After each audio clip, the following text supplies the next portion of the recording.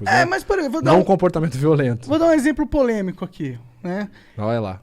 Meu, Se preparem. vou tomar água. Por exemplo, um cara acabou de estuprar tua filha, tá ligado? E aí eu sei que eu tenho uma chance em 5 de ir preso se eu matar esse cara. É crime passional. Pode ser visto como crime passional. Ok, mas eu tenho certeza que essa opção se abre bem mais eu estando no Brasil do que eu estando nos Estados Unidos, tá ligado? Se abre pra você se ferrar ou não? Não, se abre pra eu escolher essa opção, sacou? Tá, porque assim, o direito no Brasil ele é muito... Cara, e isso não são palavras nem minhas, né? Eu gravei recentemente um vídeo com o professor da Universidade Federal de Minas Gerais, o Dr. Túlio Viana, e ele fala, o direito do Brasil é muito conservador, ainda. Então ele vai se apegar a vários outros conceitos. Vou te dar um exemplo. Isso que você está falando aconteceu um caso real, exatamente essa situação que você descreveu. Se eu não me engano, no Texas, em 2017, 2018. O cara chegou na casa dele, a filha dele, acho que adolescente, enfim, jovem, criança, estava sendo estuprada. Ele cobriu o cara de porrada, depois finalizou com um tiro na cabeça, no Texas. Ele só ligou pra polícia buscar. Então assim, tá certo, tá errado? Não, o ponto aqui é a diferença da aplicação da lei, certo? Nos países e inclusive nos estados, né? Pegando o próprio Texas como exemplo, se você observa ali a legislação armamentista, né? Por exemplo, a lei do desarmamento, tem várias situações diferentes, mas por exemplo, nos Estados Unidos, isso é regulamentado nos estados. Então, por exemplo, no Texas, aspas, quase todo mundo pode ter uma arma. E, assim, não é muito difícil. Você chegar lá com seu documento de identidade, tiver tudo ok, quero uma .40. É igual comprar balas. Quer pegar munição a granel? Qual munição você quer? Special? Mais P? O quê? Você pode ter um arsenal dentro de casa. Sim. São vários pormenores, mas em essência é muito interessante esse ponto da aplicação da lei. Uhum. Né? É muito diferente no Brasil, cara. Eu, pessoalmente, gosto bastante da filosofia do Texas. Do trânsito de Texas. Eu acho que deveria ser. A gente ia copiar um pouquinho essa filosofia. É complicado. Complicado. Eu vou tomar mais água. Quem é que te pede esses laudos aí? Tu trabalha fixo em algum lugar? Eu não sei. Não, sou profissional liberal, profissional autônomo. Basicamente, geralmente, né? Aliás, até agora, até o momento, só partes privadas. Então, eu só sou contratado de forma privada em casos judiciais. A maioria dos casos, abuso sexual. É o que um advogado te contrata? Ou o próprio cliente. Sim, mas geralmente a triagem é toda com o advogado, né? Quem faz todo o contato comigo é o advogado ou a advogada do caso, né? Mas a maioria dos casos, tudo abuso sexual e a maioria abuso sexual infantil. Caralho. Então seu trabalho é pesadíssimo, né, cara? Cara, assim, isso é um negócio que eu não falo, porque nunca é perguntado também, mas, cara, você tem que ter um treinamento mental muito complicado, porque, assim, tenta pensar o seguinte, vou dar só um contexto. Eu, obviamente, não posso falar nada dos casos, pelo segredo, pela ética profissional, e porque a maioria deles, se não todos estão em segredo de justiça ainda, nenhum caso ainda deu jurisprudência. Já faz isso há muito tempo? 2017. Então, imagina assim, cara, um dos casos que eu trabalhei ano passado, ele chegou a ser televisionado, eu não posso falar qual caso foi, só posso dizer que é abuso sexual infantil praticado ali por um dos parentais, ok? Isso eu posso falar sem me complicar. Então, imagina você ver um vídeo, cara, de 20 a 30 minutos da criança descrevendo como que esse parente abusou dela. E aí você tem que ver mais vídeos dessa criança entrando em contato com esse parente em festas de família e você vê a criança reagindo, a criança vomitando quando ela vê esse parente. Tá, tipo... E você tem que ficar ali, cara, porque, tipo assim, não interessa o meu juízo de valor. Além de eu estar fazendo essa análise, eu ainda posso estar errado, cara. Eu tenho que pensar isso. Porque a justiça brasileira, ela é assim. Quem tem que provar alguma coisa é quem acusou. A pessoa que foi acusada, ela é inocente, até que se prove o contrário, ok? Inclusive, eu falei isso numa entrevista do TV Fama quando foi sobre o caso Prior. Eu falei, o Prior é inocente, até que se prova o contrário. Acabou minha participação, a apresentadora falou, então. Como vocês viram, o perito falou que ele mentiu.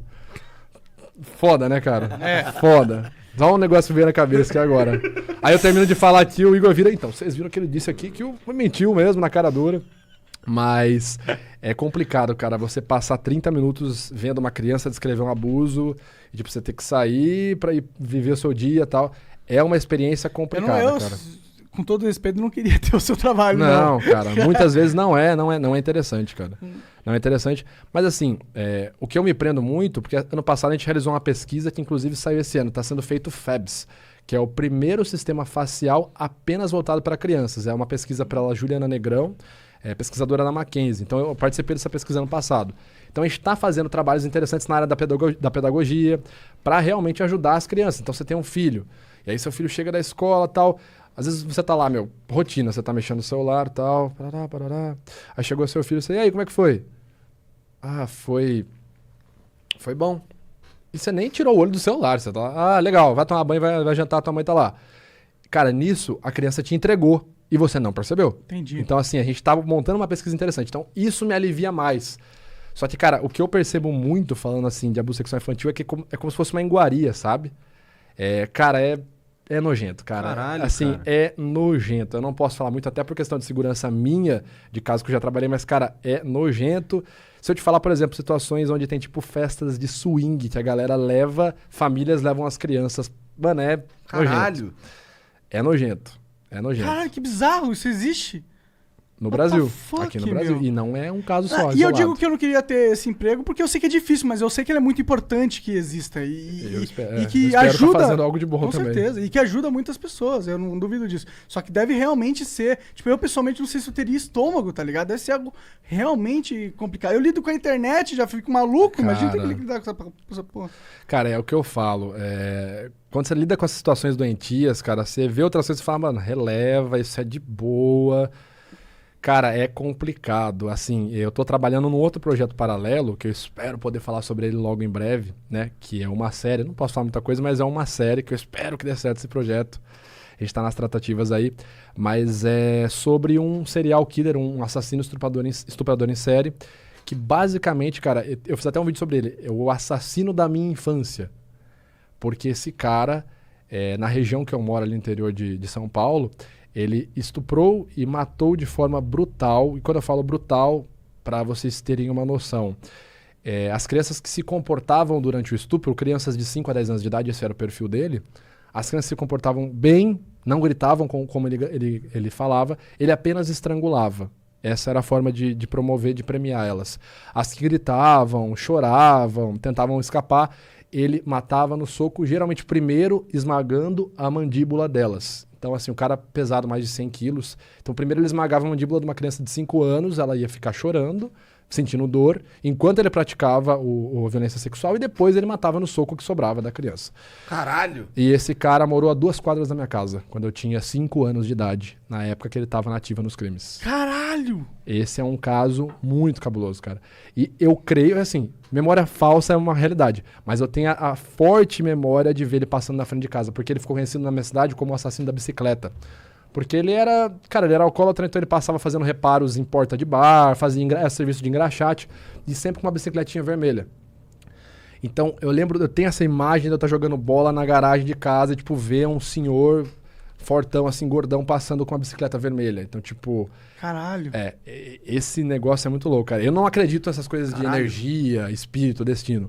Mas é muito cabuloso esse caso dessa pessoa ter acontecido super perto da minha casa, assim, vamos dizer, na época que o cara estava na ativa, e hoje eu trabalhar com abuso sexual infantil, com análise de abuso sexual infantil. Caralho, realmente é bizarríssimo. Esse cara já era. Imagina. Ele morreu em 2013. Diz na notícia que ele teve um infarto, né? Não sei se realmente foi verdade. Entendi. Mas Espero que não. Espero que tenha morrido de uma forma muito Tomara que tenham quebrado o mais maxilar dolorosa. dele.